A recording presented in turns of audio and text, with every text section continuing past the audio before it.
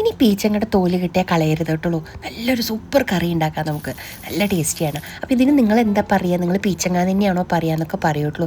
പിന്നെ ഈ വീഡിയോയിൽ ഒരു ഇൻട്രസ്റ്റിംഗ് ആയിട്ടൊരു കാര്യം കൂടി കാണിച്ചു തരാട്ടുള്ളൂ. വരും, നമുക്ക് വീഡിയോ കാണാം. അപ്പോൾ പീച്ചങ്ങയ്ക്ക് നിങ്ങൾ എന്താ പറയുക എന്തായാലും കമൻറ്റ് ചെയ്യണം കേട്ടോ. അപ്പോൾ നമുക്ക് ഈ പീച്ചങ്ങയുടെ തോലൊക്കെ അതുപോലെ ചീവിയെടുക്കാം. ഇതിൻ്റെ ഇപ്പോൾ രണ്ടെണ്ണത്തിൻ്റെ എടുത്താൽ നമുക്ക് കുറച്ചേ കിട്ടുള്ളൂ, എന്നാലും ഉള്ളതുകൊണ്ട് ഞാൻ ഉണ്ടാക്കി കാണിച്ചു തരാം കേട്ടുള്ളൂ. ഇപ്പം നമുക്കിത് ഇത്രയും കിട്ടിയിട്ടുണ്ട്. ഒരു നേരത്തേക്ക് കുറച്ചൊക്കെ ഉണ്ട്. ഒരു ഇൻട്രസ്റ്റിംഗ് കാര്യം ഉണ്ടെന്ന് പറഞ്ഞാൽ ഞാൻ കാണിച്ചു തരാട്ടുള്ളൂ. ഇത് ഞാനൊരു വിസിൽ വാങ്ങിച്ചതാണ് കേട്ടോ. ഒരു എക്സിബിഷന് പോയപ്പോൾ 50 രൂപയുള്ളൂ ഇതിന്. എന്നിട്ട് ഇതിൻ്റെ മേലെ കണ്ണി ഓട്ടയിൽ കൂടി അതിൻ്റെ തലയിൽ കൂടി അതിൽ നിറയെ വെള്ളം ഒഴിച്ചു കൊടുത്തിട്ട് നമ്മൾ ഊതുമ്പോൾ ഇതുപോലത്തെ ശബ്ദമാണ് വരിക. പക്ഷേ രസം അതല്ല, ഞാനിത് ഊതുമ്പോൾ ഒക്കെ പുറത്തൊരു കിളി ഇതിൻ്റെ ഒപ്പം കരയും. ഞാൻ നിർത്തി അതും നിർത്തും. ഞങ്ങൾ രണ്ടാളും കൂടി ഇങ്ങനെ കമ്മ്യൂണിക്കേറ്റ് ചെയ്യാൻ തുടങ്ങിയിട്ട് ഒരാഴ്ചയായി. കണ്ടു, ഇതാണ് സ്ഥിതി. നല്ല രസമാണ് കേട്ടോ. പക്ഷേ ഇനി നമുക്ക് നമ്മളുടെ തവയിൽ കുറച്ച് എണ്ണ ചൂടാക്കിയിട്ട് അതിലേക്ക് എണ്ണ ചൂടാകുമ്പോൾ നമുക്ക് ഈ ചീവി വെച്ചിട്ടുള്ള നമ്മുടെ തോലില്ലേ, പീച്ചങ്ങയുടെ തോല് അതിലേക്ക് ഇട്ടിട്ട് നന്നായിട്ട് കൊണ്ടാട്ടം പോലെ ഫ്രൈ ചെയ്തെടുക്കണം കേട്ടുള്ളൂ. അപ്പോൾ നമുക്കിതിലേക്ക് വേണമെങ്കിൽ ഈ സമയത്ത് വേണമെങ്കിൽ ഒരു നുള്ളി ഉപ്പിട്ട് കൊടുക്കാം. ഞാൻ പക്ഷേ ഇട്ടിട്ടില്ല കേട്ടോ. നമുക്ക് നന്നായിട്ട് വറുത്തെടുക്കാം. അപ്പോൾ വീഡിയോ കണ്ട് ലൈക്ക് ചെയ്യണം, സപ്പോർട്ട് ചെയ്യണം കേട്ടോ. നിങ്ങളുടെ സപ്പോർട്ട് ഉണ്ടെങ്കിൽ ഇതൊക്കെ ചെയ്യുമ്പോൾ നമുക്കൊരു എനർജി ഉണ്ടാവുള്ളൂ. നിങ്ങൾ കമൻറ്റ്സ് ഇപ്പോൾ വളരെ കുറവാണ് വരുന്നത്. അപ്പോൾ കമൻറ്റ് ചെയ്യാൻ മറക്കരുത് കേട്ടോ. ലൈക്കും കമൻറ്റ് ഷെയറും സബ്സ്ക്രൈബും ഒക്കെ ചെയ്ത് തരണേ. അപ്പോൾ നമ്മളുടെ പീച്ചങ്ങയൊക്കെ തോലൊക്കെ ഇപ്പം നല്ല ഫ്രൈ ആയിട്ടുണ്ട്. നമുക്കത് എണ്ണയിൽ നിന്ന് വറുത്ത് കോരി മാറ്റിയെടുക്കാം കേട്ടോ. ഇപ്പോൾ ഇതൊക്കെ വറുത്തെടുത്തിട്ടുണ്ട് കേട്ടോ. ഇത് നല്ല കണ്ടോ, കൊണ്ടാട്ടം പോലെ ആയിട്ടുണ്ട്. ഇത് ഉപ്പിട്ടിട്ടാണ് നമ്മൾ വറുത്തതെന്ന് വെച്ചാൽ നമുക്ക് അങ്ങനെ വെറുതെ ഇങ്ങനെ കഴിക്കാനും നല്ല ടേസ്റ്റ് ചെയ്യണം.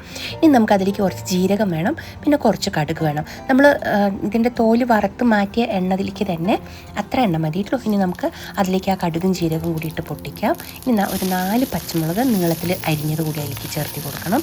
പിന്നെ ഒരു സവാള ഞാൻ ഇന്നത്തിരി ധൃതി പിടിച്ചിട്ടാണ് അരിഞ്ഞത്, അതുകൊണ്ട് ഇത്തിരി വലുതായിട്ട് അരിഞ്ഞിരിക്കുന്നത്. ശരിക്കും ഇതിന് നല്ല ചെറുതായിട്ട് അരിഞ്ഞാൽ പെട്ടെന്ന് വെന്ത് ഉടഞ്ഞു കിട്ടും. നമുക്ക് ഇത്ര വലുതാകുമ്പോൾ അത് ഉടഞ്ഞു കിട്ടാൻ ഇത്തിരി പാടാണ്, പക്ഷേ ക്രിസ്പിയായിട്ട് നമുക്ക് കടിക്കാൻ കിട്ടും ഇത്ര വലുതാണെങ്കിൽ കേട്ടുള്ളൂ. അപ്പോൾ നമുക്ക് അതിലേക്ക് ഇനി ഒരു വലിയ തക്കാളി കൂടിയിട്ട് ചേർത്ത് കൊടുക്കണം. ഇനി ഇത് നന്നായിട്ടൊന്ന് വഴറ്റിയിട്ട് നമുക്കിതിലേക്ക് ആവശ്യത്തിന് മഞ്ഞൾപ്പൊടി ചേർത്തണം, ഉപ്പും ചേർത്തണം, മുളകും ചേർത്തണം, പിന്നെ 1-2 സാധനം കൂടി ചേർത്തണം. അത് നമുക്ക് വീഡിയോ ഞാൻ പറഞ്ഞു തരാമല്ലോ. ഇനി മഞ്ഞൾപ്പൊടി ആവശ്യത്തിന് ഇട്ടിട്ട് ഇത് നന്നായിട്ടൊന്ന് ഇളക്കിയെടുക്കണം. ഇത് നന്നായിട്ടൊന്ന് മുരിഞ്ഞ് വരുമ്പോൾ നമുക്ക് ഇതിലേക്ക് വേവാൻ ആവശ്യത്തിനുള്ള വെള്ളം കൂടി ചേർത്ത് കൊടുക്കാം. ഇനി നമുക്കിതിലേക്ക് ആവശ്യത്തിനുള്ള ഉപ്പ് ഇപ്പോൾ ആഡ് ചെയ്ത് കൊടുക്കാം കേട്ടോ. കഷ്ണം ഒന്ന് വറ്റിയ ശേഷം ഇട്ടാൽ മതി. അപ്പോൾ അതിനനുസരിച്ചിട്ട് ഉപ്പല്ലേ ചേർത്തുണ്ടോ.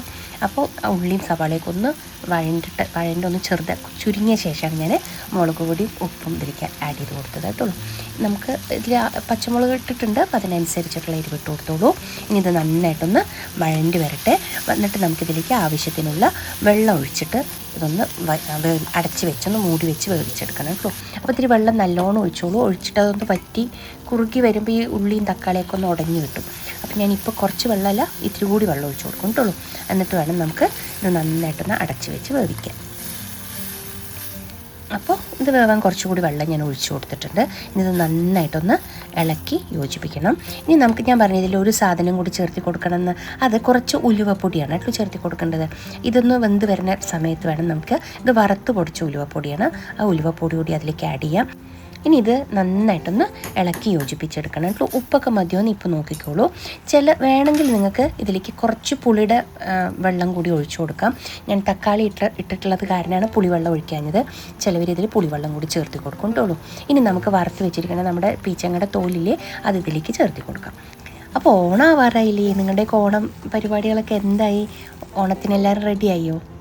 നമുക്ക് ഈ കറീനെ അടച്ച് വെച്ച് വേവിക്കാം. ഒരു 2-3 മിനിറ്റ് അടച്ച് വെച്ച് വേവിക്കാം. ഞാനിപ്പോൾ തൽക്കാലം ഇത്രയ്ക്ക് വേവിച്ചെടുക്കുന്നുള്ളൂ. ഇതിനെയും നന്നായിട്ട് നമുക്ക് ഫ്രൈ ആക്കി എടുക്കാം.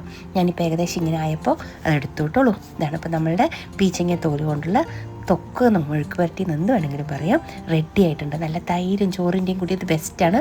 ചപ്പാത്തിക്കും പൂരിക്കും അടിപൊളിയാണ് കേട്ടോ. ട്രൈ ചെയ്ത് നോക്കൂ.